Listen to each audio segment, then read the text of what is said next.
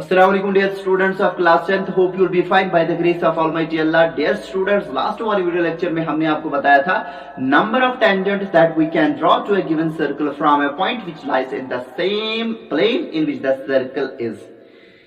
वहां पे मैंने आपको बताया था this point may happen to be the interior point of the given circle. It may happen to be the boundary point of the given circle, or it can be the exterior point or external point to the given circle. If the point lies in the interior of the circle, although through that very point we can draw infinite number of lines, there is no doubt in that, but all of those lines act as secants to the given circle, from which we conclude that no tangent can be drawn to a given circle from a point which lies in its interior. After that, when we take a point on the boundary of the circle, from that very point, from that very boundary point, we can once again draw infinite number of lines. But all of those lines act as the secants to the circle, except one line which will act as a tangent to the given circle, from which we conclude that through a boundary point to a given circle, only one tangent can be drawn.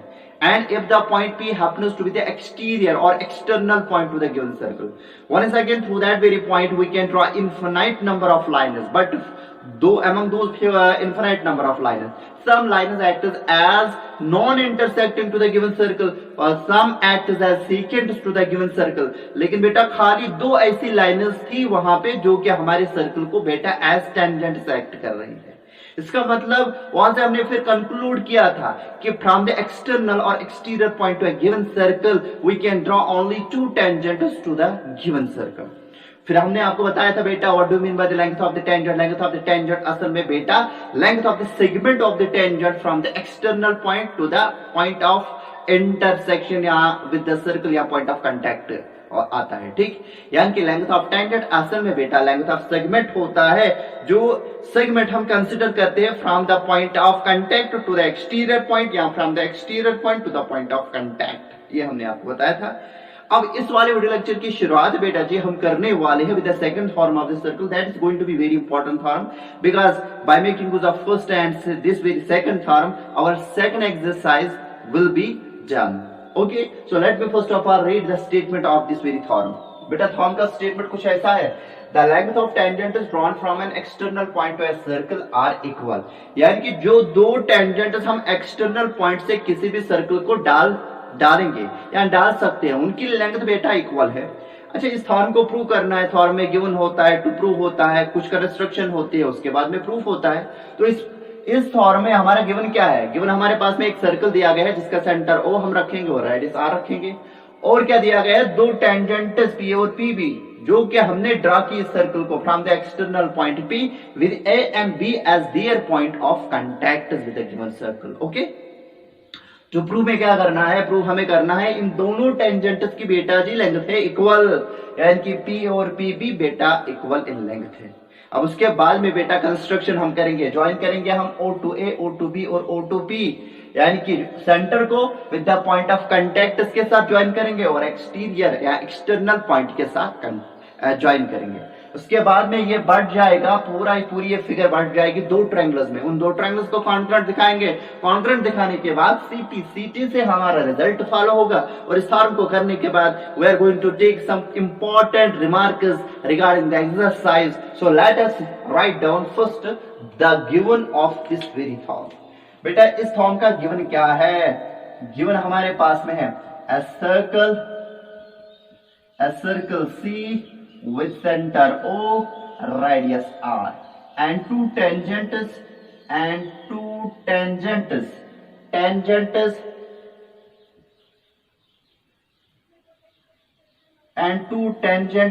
PA and PB drawn to it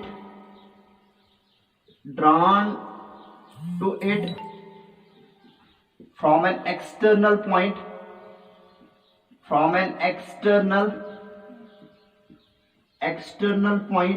P with A and B as their points of contact.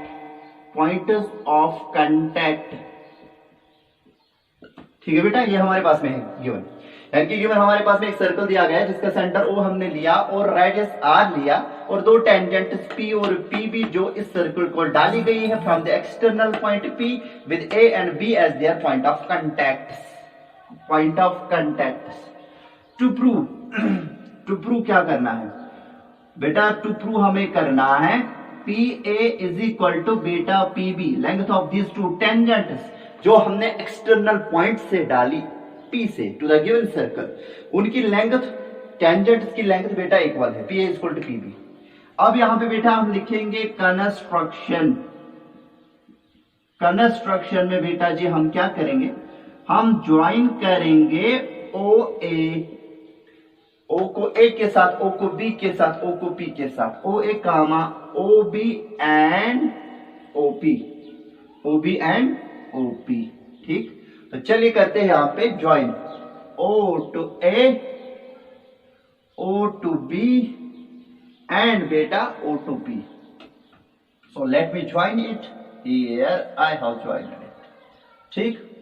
अब देखिए बेटा यहां पे जब हमने OA join किया तो ये रेडियस ऑफ सर्कल है, जब OB ज्वाइन किया ये भी रेडियस ऑफ सर्कल है, जब OP ज्वाइन किया बेटा यहाँ पे जो क्वाड्रिलेटरल AOB है बेटा ये डिवाइड हो गया दो ट्रायंगल्स में, which two triangles, triangle OAP and triangle OBP। और आप बेटा देखोगे ये PA टेंजेंट इस सर्कल की लग रही है, OA is the radius through the point of contact by the previous theorem. This PA will be perpendicular to OA. This PB will be perpendicular to OB because we know that tangent at any point to a circle, tangent at any point of a circle is perpendicular to the radius through the point of contact. From that we will conclude that PA is equal to PB. So the same thing we are going to write down in the proof of this very form बेटा। चलिए बेटा यहां से मैं proof करता हूं start इसका proof इसका बेटा कैसे हम लिखेंगे, we know that tangent at any point of a circle is perpendicular to the radius through the point of contact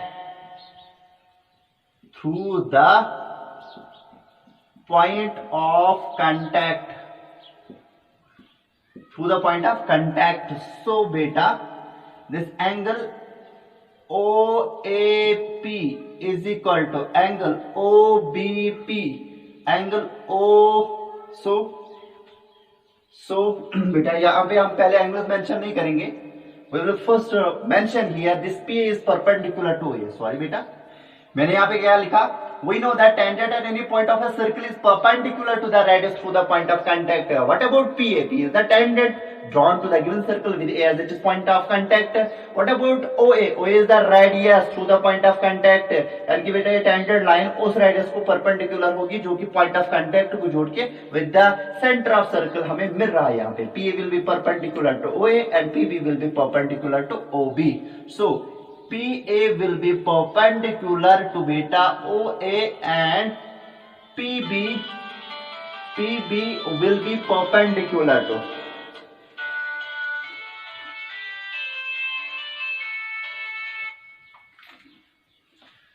and PB will be perpendicular to beta OB, which implies that angle OAP is equal to angle OBP is equal to बेटा हम इस दोनों को लिखेंगे 90 के बराबर, क्योंकि बेटा PA is perpendicular to A तो जाहिर सी बात है एंगल OAP यहाँ पे 90 डिग्री एंगल बन रहा है, एंगल OAP भी 90 होगा और एंगल OBP भी बेटा 90 डिग्री ही होगा, दोनों एंगल 90 हो गए, ठीक। Now in right triangles OAP and OBP comma we have बेटा इन दोनों राइट ट्रायंगल्स को मैं कॉन्करेंट दिखाऊंगा। Now in right triangles OAP and OBP comma we have what we have बेटा अगर आप देखोगे OAP में राइट एंगल यहां पे बन रहा है and side opposite to the right angle in a right angle triangle is called the hypotenuse. OP is the hypotenuse of the triangle above triangle. और जो ये बेटा OP है it acts as the hypotenuse of the triangle OBP as well because angle B पर बेटा 90 degree angle बन रहा है और जो ये इस एंगल को अपोजिट साइड होगा इस ट्राइंगल में बेटा वही हाइपोटेन्यूज होगा दैट इज OP. हम क्या लिखेंगे बेटा now in right triangles OAP and OBP comma we have OP is equal to OP, OP is equal to OP. बेटा क्या लिखेंगे कॉमन. उसके बाद में बेटा जी हम क्या करेंगे OA is equal to OB. इन दोनों ट्रायंगल में OP is equal to OB common है. OA is equal to OB radio of same circle. यहां पे हम लिखेंगे रेडिया ऑफ सेम सर्कल. ठीक है.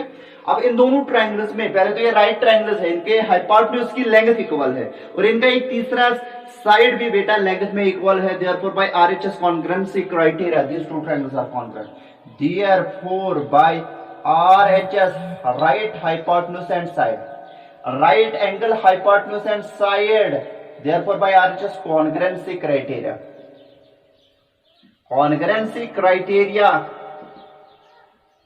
triangle OAP is congruent to triangle OBP. ठीक. अगर ये दोनों ट्रायंगल्स कॉन्ग्रुएंट है कौन से ट्रायंगल बेटा ट्रायंगल OAP और ट्रायंगल OBP दोनों ट्रायंगल्स कॉन्ग्रुएंट है तो CPCT से क्या फॉलो होगा. CPCT से हमारा मतलब जो कॉन्ग्रुएंट ट्रायंगल्स में इक्वल एंगल्स होते हैं उनके opposite sides equal in length होते हैं और जो कॉन्ग्रुएंट ट्रायंगल्स में इक्वल साइड्स होते हैं बेटा उनके जो अपोजिट एंगल्स होते हैं वो इक्वल इन मेजर होते हैं. अब जरा बताइए RAD से बेटा एंगल A और एंगल B दोनों 90 है. इनका जो अपोजिट साइड है वो तो OP है और इसमें भी OP है वो तो कॉमन है RAD से इक्वल है. अब इन दोनों राइट ट्रायंगल्स में अगर आप देखोगे बेटा OA और OB बराबर है. अगर OA और OB बराबर है इनका जो इन दोनों साइड्स का जो अपोजिट एंगल होगा बेटा अपोजिट एंगल बेटा यहाँ पे ये वाला है थीटा. मान लीजिए ये वाला एंगल है OB को अपोजिट एंगल वो है फाई. थीटा और फाई बराबर होगी. CPCT से फॉलो होगा. ठीक है. ये मुझे रिमार्क में चाहिए बेटा theta is equal to phi. Remark में भी मैं बताऊंगा ये जो OP है ना बेटा ये जो दोनों टेंजेंट्स PA और PB आपस में एंगल बना रही है बेटा APB that is being bisected by the OP line segment. ये मैं रिमार्क में मेंशन करूंगा इसलिए मुझे चाहिए ये. मैं बता रहा हूं बेटा दोनों ट्रायंगल्स कॉन्ग्रुएंट है. दोनों ट्रायंगल्स में OA साइड OB साइड के बराबर है.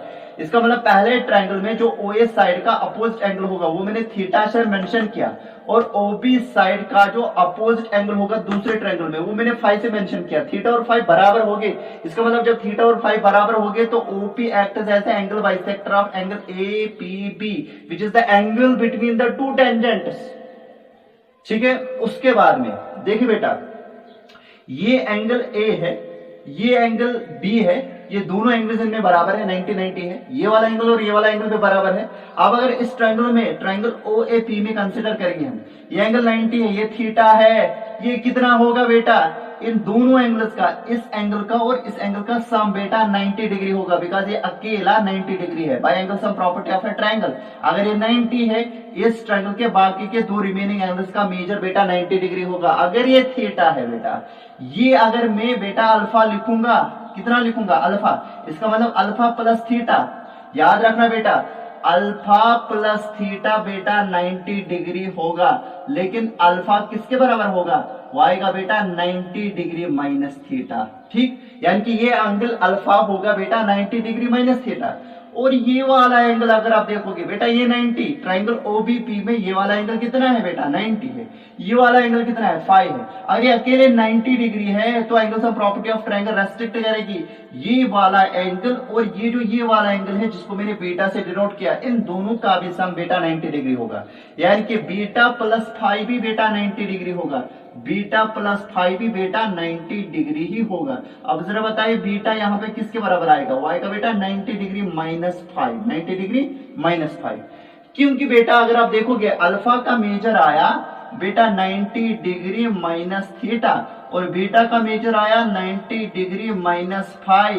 लेकिन थीटा और फाई ऑलरेडी से इक्वल मैंने बताए। इसका मतलब अगर मैं इस फाई को रिप्लेस करूंगा यहाँ पे थीटा से, तो अल्फा का वैल्यू कितना आएगा 90 डिग्री माइनस थीटा, और बीटा का मेजर कितना आएगा 90 डिग्री माइनस फाई, नहीं बेटा माइनस थीटा, बिकॉज थीटा और फाई बराबर है।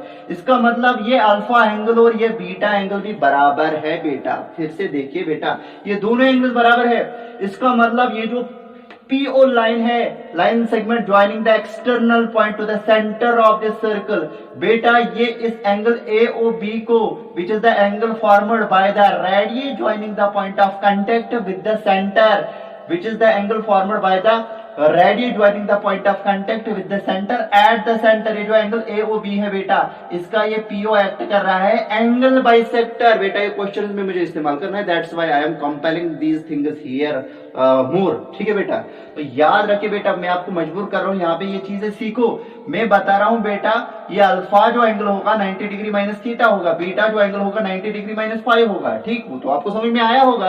अब क्योंकि थीटा और फाई बराबर है, यहाँ पे फाई को रिप्लेस करो थीटा से, अल्फा का वैल्यू 90 माइनस थीटा, बीटा का वैल्यू भी आएगा बेटा 90 डिग्री माइनस थीटा। इसका मतलब ये दोनों एंगल्स का मेजर इक्वल होगा। लेकिन ये दोनों एंगल्स किसकी वजह से बन रहे हैं सर? ये बेटा PO लाइन सेगमेंट की वजह से बन रहे हैं, और इसकी वजह से क्या हो रहा है, एंगल AOB का, एंगल AOB के बराबर दो हिस्से बन रहे हैं। इसका मतलब PO act as the angle bisector of which angle, that is angle AOB। Angle AOB का नेचर क्या है? It is the angle formed by the radius joining the point of contact with the center at the center.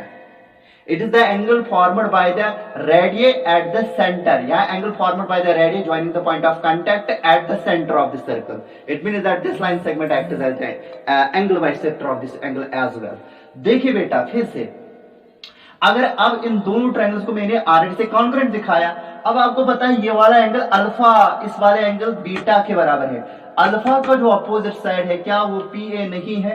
क्या बेटा beta जो angle है इस दूसरे triangle OBP में, क्या इसका अपोजिट साइड PB नहीं है? इसका मतलब अल्फा का जो अपोजिट साइड होगा वो बीटा के अपोजिट साइड के बराबर होगा। अल्फा का अपोजिट साइड बेटा P है, बीटा का अपोजिट साइड PB, इसका मतलब P is equal to PB। Simply बेटा जब मैंने यहाँ पे एक कॉन्ग्रुएंट दिखाए ट्रायंगल, मैं यहाँ पे लिखूंगा सो bye CP so by CP what PA is equal to बेटा PB। यहां पे मैं लिखूंगा हैनस प्रूव्ड।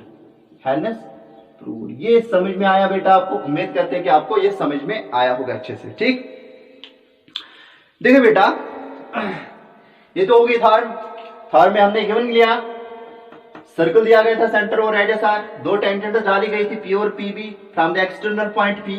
ठीक है, हमें बताना था इन दोनों टेंजेंट्स की लेंथ जो होगी वो इक्वल होगी, that is PA equal to PB। Construction हमने की, ज्वाइन किया OA, OB और OP। ठीक, और उसके बाद में मैंने क्या किया बेटा, जब ये कंस्ट्रक्शन की दो ट्रायंगल्स बन गए OAP और OBP, मोटिव मेरा है इन दोनों ट्रायंगल्स को कॉन्ग्रुएंट दिखाऊं।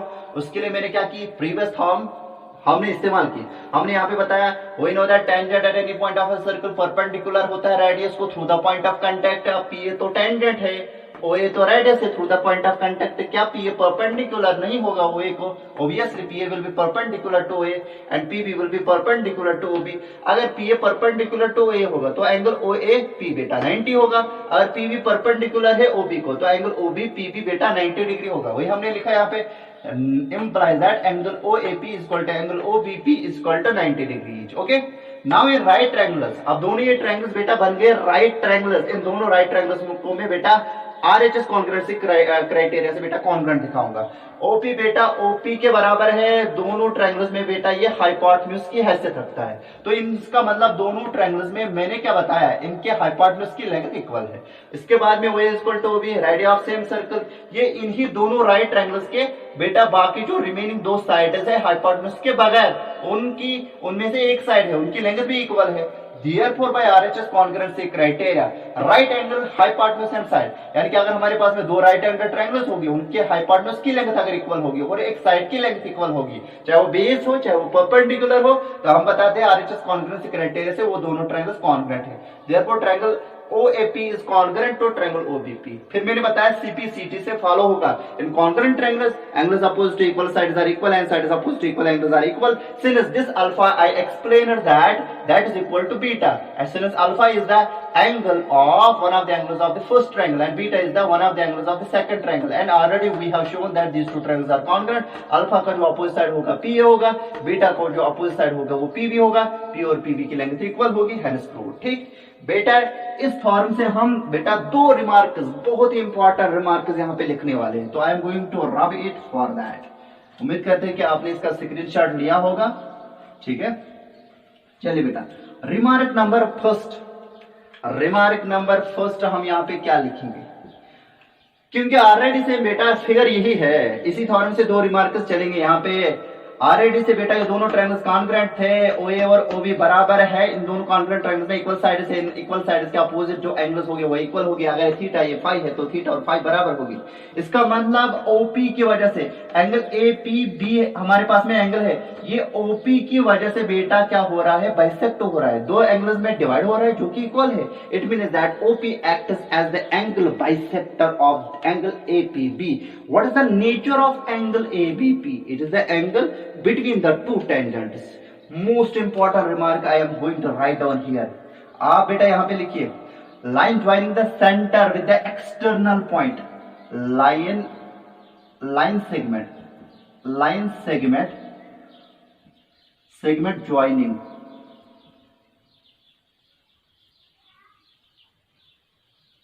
joining the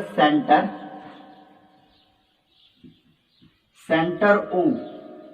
Line segment joining the center O with the external point, external point P, that is OP, is the angle bisector,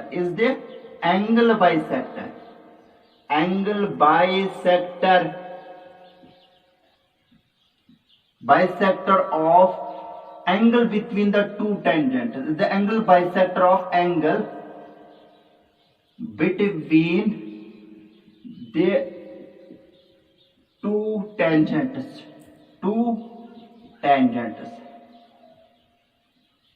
ठीक है, that is बेटा एंगल APB का एंगल बाइसेक्टर है. याद रखना बेटा.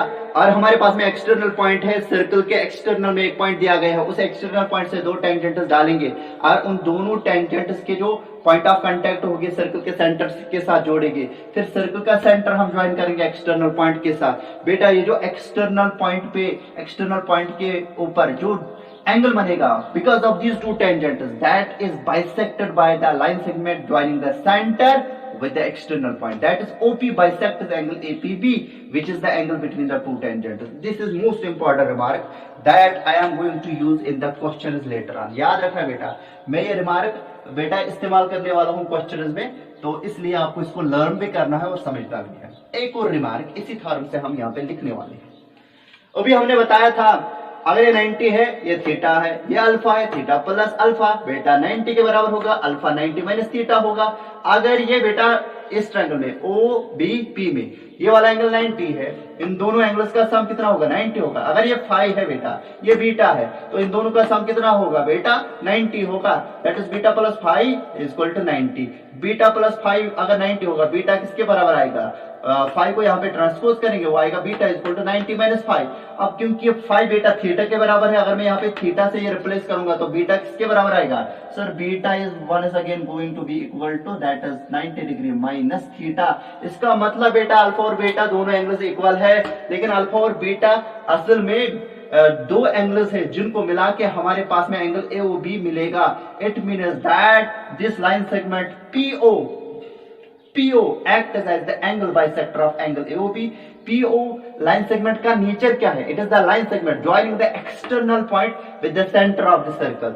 लेकिन ये जो एंगल AOB है, what is the nature of this angle, it is the angle formed by the two radius joining the point of contact with the centre at the centre. ठीक है बेटा, it means that PO acts as the angle bisector of angle AOB. वही हम लिखने वाले हैं. Remark number 2 मैं यहां पे लिखूंगा line segment joining the external point. इससे पहले मैंने लिखा था line segment joining the centre with the external point, यहां पे लिखेंगे line segment joining the external point with the centre of circle, joining the external point P with the center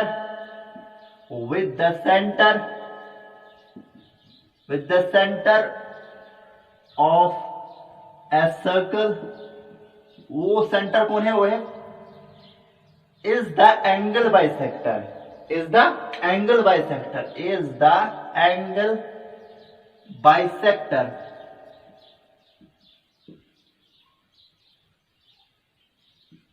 bisector of angle between the two radii,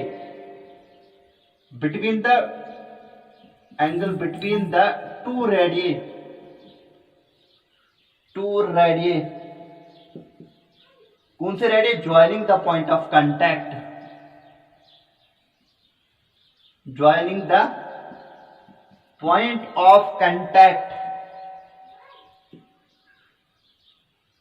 contact at the center O।